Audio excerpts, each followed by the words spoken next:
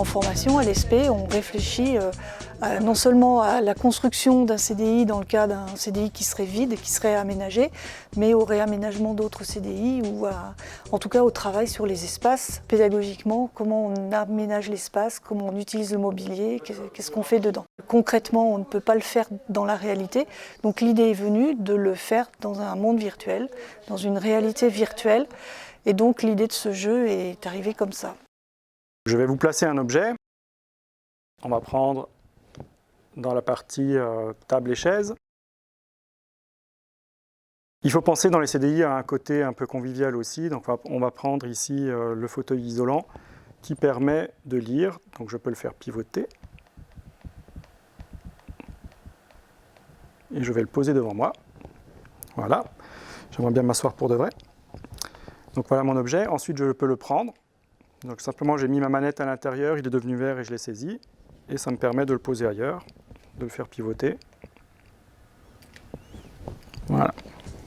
La difficulté, c'est de trouver les compétences pour construire les objets 3D, pour construire tout ce qui est programmation. Donc on est allé chercher du côté des étudiants, et comme à l'ENSISA, on a des filières en informatique, ce sont des étudiants qui travaillent et des ingénieurs.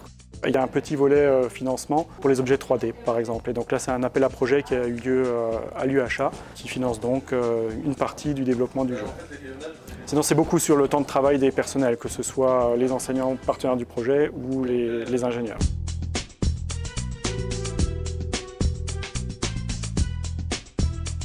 J'ai trouvé ça très impressionnant parce que c'est la première fois que j'utilisais un casque de réalité virtuelle et c'est vraiment saisissant, on s'y croirait quoi, donc j'ai trouvé ça très intéressant. Ça permet vraiment de rentrer dedans, de s'immerger dans un espace complètement vide et de pouvoir vraiment être libre de placer le mobilier où on veut. Alors c'est de la réalité virtuelle, donc il y a un petit temps d'adaptation et il faut aussi savoir commander les manettes, mais il est bien fait. C'est vrai que pour aménager un espace comme un CDI, d'instinct, je partirais plutôt sur une feuille papier avec une vue de haut.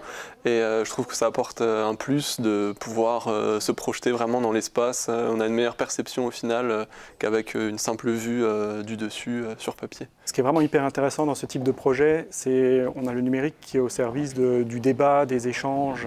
On n'est pas coincé derrière son ordinateur à travailler tout seul. Les remarques viennent au fur et à mesure naturellement. Ah tiens, pourquoi on ne mettrait pas ça ici?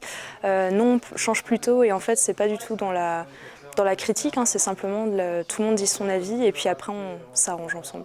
Ce jeu, il peut tout à fait déboucher à terme sur toujours cette question des espaces et de réflexion autour des espaces, c'est-à-dire que l'inventaire, là, il a été conçu pour les CDI, mais on peut tout à fait imaginer un inventaire plus destiné à la salle de classe, donc la salle de classe où il y aurait aussi beaucoup à réfléchir aujourd'hui pour faire évoluer les pratiques.